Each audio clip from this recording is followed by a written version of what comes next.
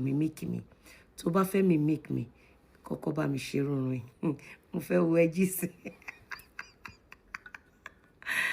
Oh, actually, ṣorí last video to drop yẹn. Ó jẹ́ ká mọ̀ structure tó fi end Mohbad. So, ẹ kọ́kọ́ fọ́ nǹkan mọ́ Mohbad lórí ni. Kó tó rí wípé ẹ wá inject ẹ pátápátá. Wonderful. Ìyábọ̀, ibo ni Mohbad kú sí? Ìyábọ̀ Alice Ojo ò níṣẹ́ lọ́wọ́.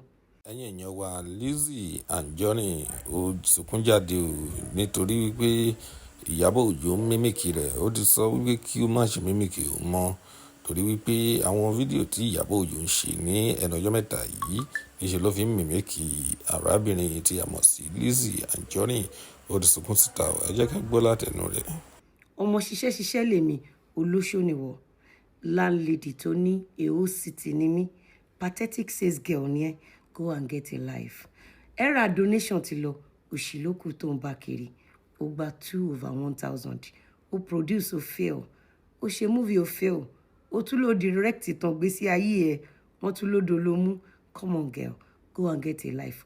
Ọ̀lẹ ni ẹ olè ni ẹ alápá má ṣiṣẹ́ apààyàn ni ẹ wá listen sí ìtàn gbésí ayé ẹ ǹjẹ́ àwọn èèyàn ẹlẹ́bàá mọ̀ wípé ìwọ ló actually end Mohbad níbo ni Mohbad kú sí baby girl.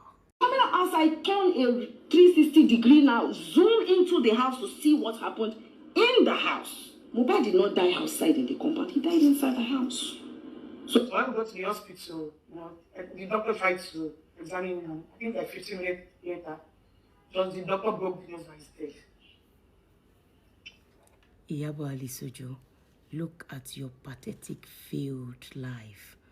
1 death, 2 locations. Mohbad died inside the house, of which you lied to Nigerians that you were not in the country as at the day that guy died. But you were in Mohbad's house since the day he died. For good 3 days, you now came online, launched as if you just came back from abroad in your dream. Listen to this. News and this is not something that everybody just flash because the man wants to pay for it to see ilé Mohbad mo lọ kí ìyàwó Mohbad àti ọmọ tí mo wá bá màmá ẹ̀ nígbà tó fi kú yẹn tó ń gbé tó ṣe fídíò yẹn àtàwọn other boys tí wọ́n pọ̀ ń bẹ so gbogbo wọn sọ̀rọ̀. So the day Mohbad died, you were at his house and you lied to Nigerians that you are not around. Ìyábọ̀ Alice Ojo apànìyàn. Oya, gbèsè mo gbọ́. Gbogbo wọn sọ̀rọ̀ and orí pé nǹkan tó sọ lọ́jọ́ yẹn àti kò sí DJ Splash sọ ó ṣe understand ó papọ̀. And ọmọ tí wọn ìkọ́nú àwọn boys tí mo send sí ó mú ọ̀nù wọn ó báyìí wọn gbà yẹn. Ìgbọ̀kọ́ tó sign yẹn because mom I have 2 children but by the grace of God I've been able to raise a lot of children. And I call all of them my children. So I can show you that I'm not going to understand. Yeah. So I don't want to because everyone back home. Ó forúkọ bo ọmọ bíbí inú ẹ láṣìírí tó wà nínú ilé Mohbad lọ́jọ́ tí Mohbad kú. Ó wá ń sọ̀rọ̀ ìdúmàtà ní ìwọ tó pààyàn. You are the first suspect in Mohbad's murder case. Mohbad did not just sleep and buy.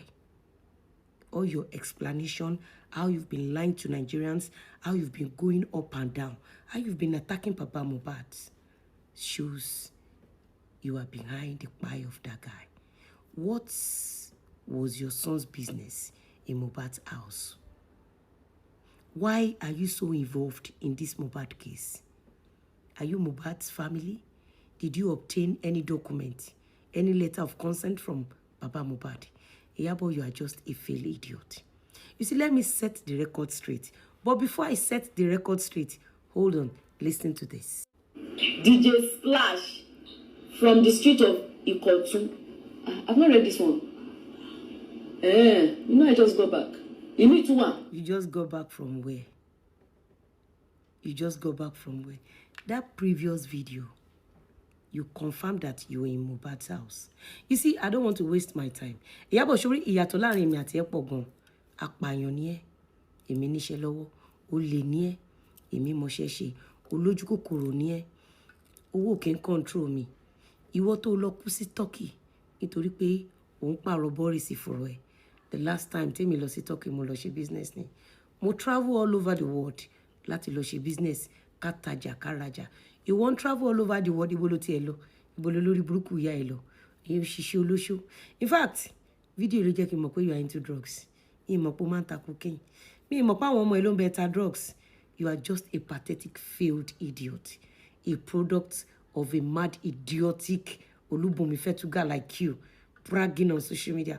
Go and get a life. Ó kò bí mi nínú pé o ṣe máa fi ugly face ẹ máa mimic mi. Ó ṣe máa fi ugly face ẹ mimic mi. Kó ṣì lọ, ìwọ ló pa Mohbad. Kó kórí burúkú lọ. Imagine ìwọ apààyàn játijàti.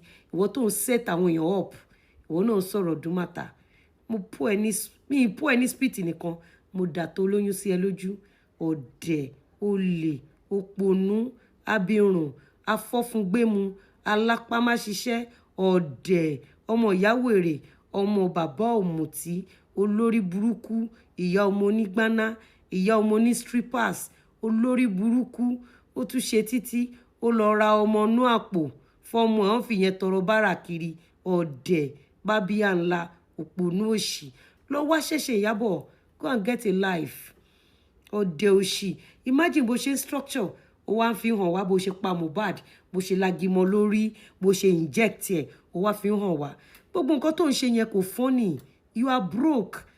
Abirùn, olòṣì, ògbélé mi rent housewarming, òpònú ọ̀dẹ̀, kó má ṣaṣọ gidi lọ́rùn wèrè. Ẹ̀yin tèmi ẹ má bínú jàre. Mo ń taṣọ tó rẹwà. You know, I deal with luxury fabrics, jewelries, diamond, and if you need anything that has to do with property, I have genuine property, California Paradise City, Onísí Ọ̀fù, ìyẹn ni hot cake lọ́wọ́lọ́wọ́. It's not just an estate, it's a city. Not just a city, but a luxury, beautiful, peace of mind. Ẹ lè wá bá mi ra lẹ́yìn tèmi. Mo ń talẹ̀ lẹ́dínwó, ilẹ̀ mi dẹ̀ fi fọkànbalẹ̀. Imagine látijọ́ ọjọ́ yìí, ẹ lè gbọ́ nǹkan kan nípa Lizzy. Wọ́n ń tú di wa, bọ́n ṣe ń tú di wa, òtítọ́ náà ń bá ń bẹ̀. Tí wọ́n bá tiẹ̀ máa sọ̀rọ̀, tán bá ní pé kí kẹran kó kànyàn pa bí ìgbín títí wọ ọ̀dẹ̀ òpònú afọ́fúngbẹ́mu. So you are now afraid. Ẹ̀rù ń bà ẹ́. Kán má gbé gbogbo àṣírí ẹ jáde. Ìwọ ló pa Mohbad, kó ṣì lọ. Ó pa Mohbad tán, ó wá fi òkú ẹ̀, ó fi ń kó àwọn Naira Marley, Sam Larry, àwọn ẹni ẹlẹ́ni tí ò sí ní Nàìjíríà, òun fòkú wọn, ó fi ń kọ́ wọn lọ́rùn. Kó ṣì lọ, ọ̀dẹ̀ ní Ìyábọ̀ ògbọ́n. Kó ṣì lọ. Lọ mójútó ara ẹ. Gbogbo surgery tó ṣe ó ti ṣàn. Gbogbo ẹ ti bàjẹ́. Bendy roller waist ńkọ́. Kẹ̀kẹ́ bàjẹ́ kò ṣe é rí bí àjàgà níjọ̀gàn. Ó ń gbọ̀n lọ́rùn kò dúró lẹ́sẹ̀.